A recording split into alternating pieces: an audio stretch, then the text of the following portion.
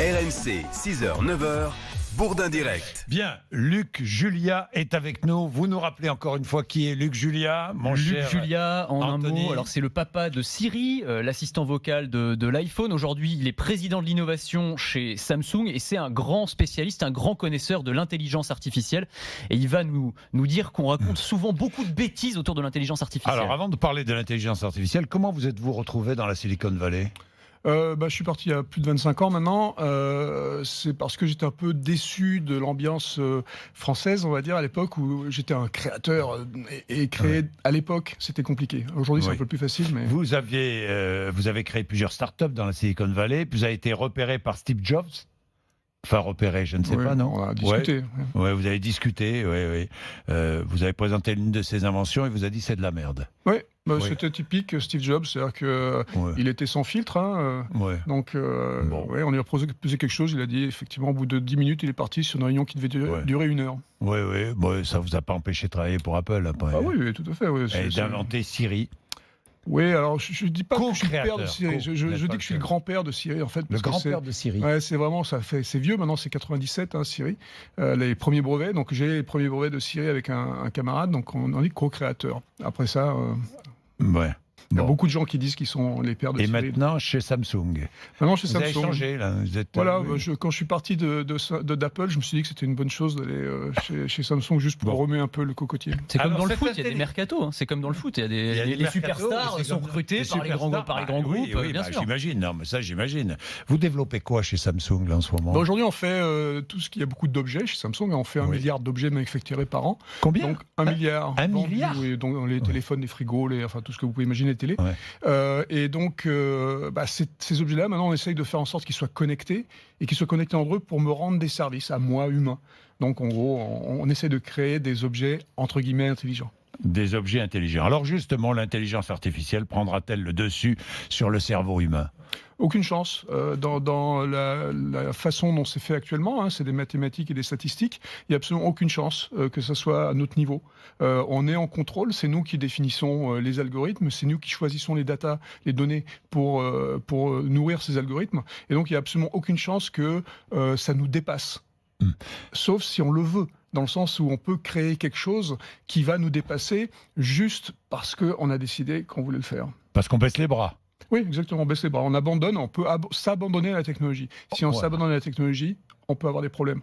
Oui, Anthony. Non mais c'est intéressant ce que dit Luc Julia parce qu'il y a vraiment beaucoup de discours aujourd'hui qui nous peignent des scénarios à la Terminator à l'horizon 5-10 ans et pas juste par des charlatans. C'est-à-dire, je pense à Elon Musk par exemple dont on vante souvent les mérites, y compris ici, et qui dit souvent attention, la machine, le soulèvement des machines, c'est pour dans 10 ans, il faut créer des... Oui, non mais Elon Musk, il nous vend beaucoup de choses, mais pardonnez-moi, moi je ne vois pas beaucoup de réalité. Vous êtes d'accord avec moi, Luc Julia ? Tout à fait. Moi je suis sûr que Luc Julia est d'accord avec moi. En fait, je suis d'accord. Elon Musk, c'est un excellent marketeur. Comme vous oui, ça c'est le roi du marketing. Il vend beaucoup de choses, il est là pour faire du buzz, il est là pour faire du bruit, donc il va raconter des bêtises, il va raconter des histoires, et quand il faut faire quelque chose, il s'aperçoit que la réalité est un peu plus compliquée que le marketing. Oui, que le marketing. Bon. Il fait quelques voitures quand même. Oui, mais on a vu les problèmes qu'il a eu avec le modèle 3. C'est pas si facile que ça. Donc je le critique pas, c'est un génie du marketing, comme était Steve Jobs, c'est pas un génie de l'intelligence artificielle. Oui.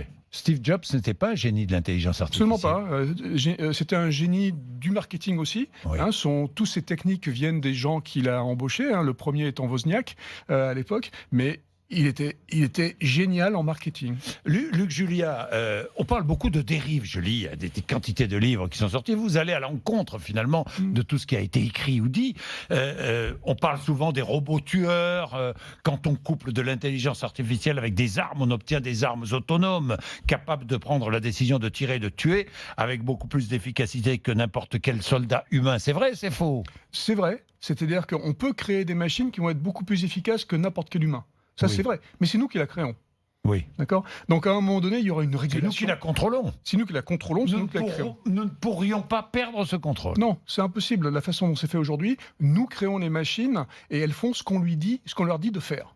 Donc, de toute façon, on ne perd pas ça. Maintenant, si on leur dit « tue au hasard », elle va tuer au hasard. Oui, elle va tuer au hasard. Ouais. Oui, mais après, il faut qu'il y ait une volonté humaine, mais une volonté humaine, il peut y en avoir une. Ça peut être un gouvernement totalitaire, je sais pas, qui va mettre ses ingénieurs à travailler sur des armes autonomes. Mais parlons de tous les outils, parce que l'intelligence artificielle est un outil. Tous les outils peuvent avoir des dérives. C'est vrai. Donc, par exemple, prenons l'atome. L'atome, au début du XXe siècle, c'était une énergie intéressante et on avait pensé que ça allait renouveler l'énergie.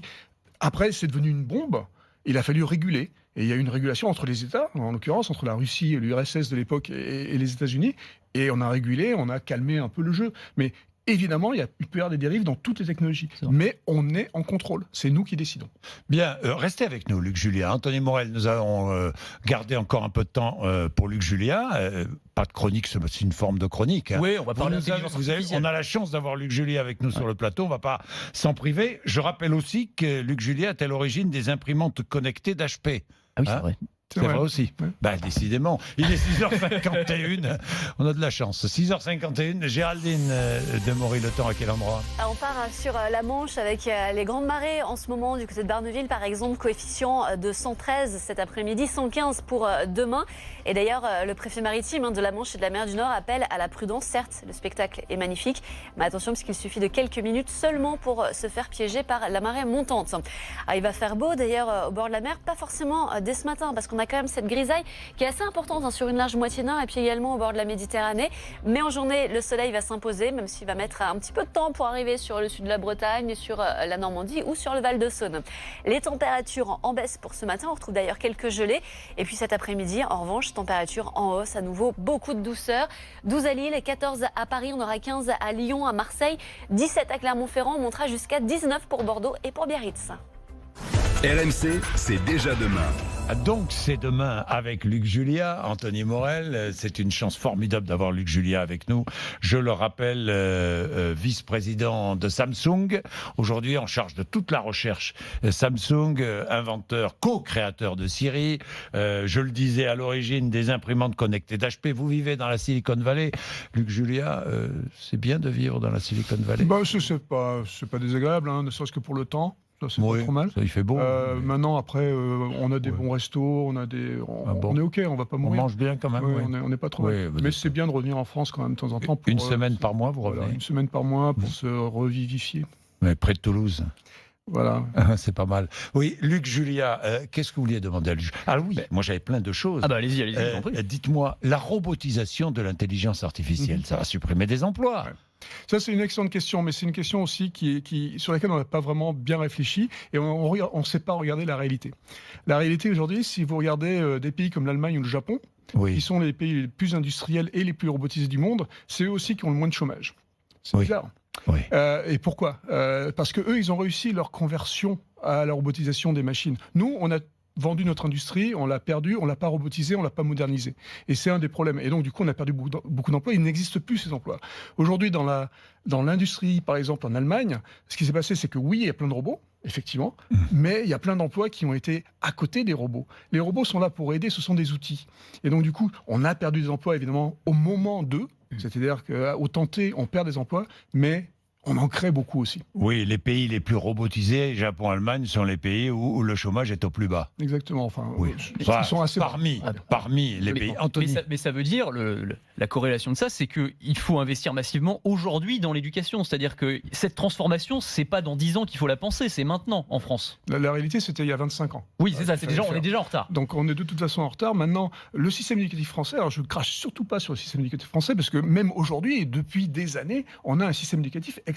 C'est-à-dire qu'on a les ingénieurs. On a les meilleurs chercheurs pratiquement du monde, les meilleurs ingénieurs du monde. Et ça, c'est incroyable. Et c'est pour ça, dans la Silicon Valley, par exemple, quand vous allez aujourd'hui dans n'importe quelle grosse boîte de la Silicon Valley, vous avez des Français qui sont en charge de l'intelligence artificielle, de l'innovation, des choses comme ça. Yann Lequin chez Facebook. Voilà, Lequin chez Facebook, Pisanti chez Facebook aussi. Enfin, je veux dire, c'est incroyable. Mais pourquoi est-ce que tous ces chercheurs ne restent pas en France ? Parce que justement, les gens qui sont partis comme moi, d'ailleurs, Lequin est parti à peu près au même moment aussi, on n'avait pas les moyens. On ne s'était pas donné les moyens. Depuis 5 ans en France, la bonne nouvelle, c'est qu'avec Fleur Pellerin qui a créé la French Tech, globalement, on a créé quelque chose qui est relativement intéressant dans la création d'entreprises. D'accord ? Donc la French Tech, ça sert à ça. On s'est donné un peu les moyens avec la BPI à financer ces entreprises. Maintenant, ce qu'il faut faire, c'est faire ce qu'on appelle le scale-up. C'est-à-dire qu'il va falloir les transformer ces pépites en quelque chose de vraiment plus gros.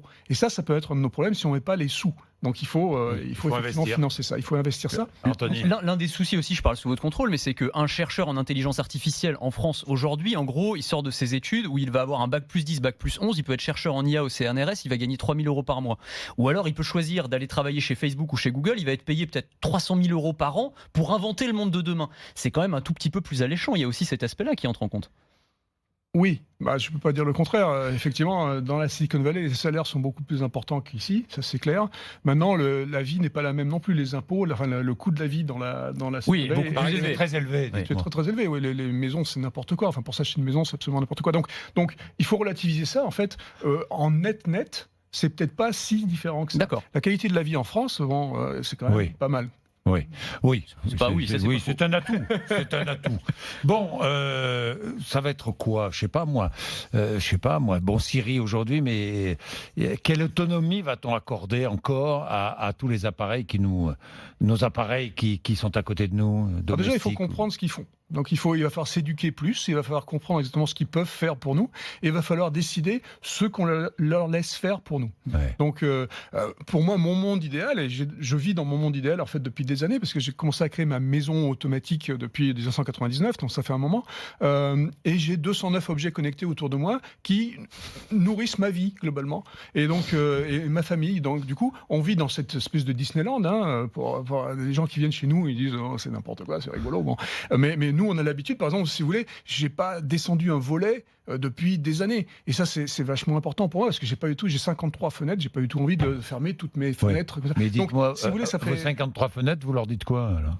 Je leur dis rien, en fait, c'est ça, elles ont appris qu'à une heure avant le coucher du soleil, il faut qu'elles se baissent, il faut qu'elles descendent les rideaux. Donc, c'est... Si vous n'avez pas envie qu'elles baissent, vous pouvez quand même. Oui, alors à ce moment-là, je dis. Voilà. Je dis, à ce moment-là, baisse pas, là. Et donc, la maison... Il faut parler avec ses volets, c'est un truc. Oui, on parle. Il faut s'habituer. Mais ça fait quelque chose que, maintenant, mes objets sont mes assistants. Donc il n'y a plus seulement l'assistant vocal. Il y a la question de la confiance aussi qu'on donne à ces objets. Dans le bouquin, vous écrivez que vous auriez plus confiance en une voiture autonome pour conduire vos enfants qu'en vos enfants qui conduisent eux-mêmes la voiture. Tout à fait, ça, il n'y a aucun problème. Une voiture autonome, elle ne boit pas et elle ne texte pas au volant. D'accord. Mes enfants, potentiellement, je le dis là, ils n'entendent pas, ils peuvent boire et bourrer au volant, ça va pas bien se passer. La bagnole automatique, elle va toujours respecter une distance. Alors je dis aussi que la voiture complètement automatique n'existera jamais. D'accord ? Ah oui ? Elle n'existera jamais, pas avec les techniques qu'on utilise aujourd'hui. Mais par contre, au niveau 4.5, ce qu'on appelle 4.5, qui est presque automatique, là on a des voitures très, très safe, on va dire. Merci Luc Julia. Merci beaucoup. On ne vous arrêterait pas. Moi, je pourrais vous écouter pendant 2 heures ce matin. Non, mais c'est vrai, Luc Julia, on aura peut-être l'occasion de se revoir. Luc Julia, l'intelligence artificielle n'existe pas, c'est chez First Edition. Vraiment, je vous le conseille. Il est quelle heure ? Il est 6h58.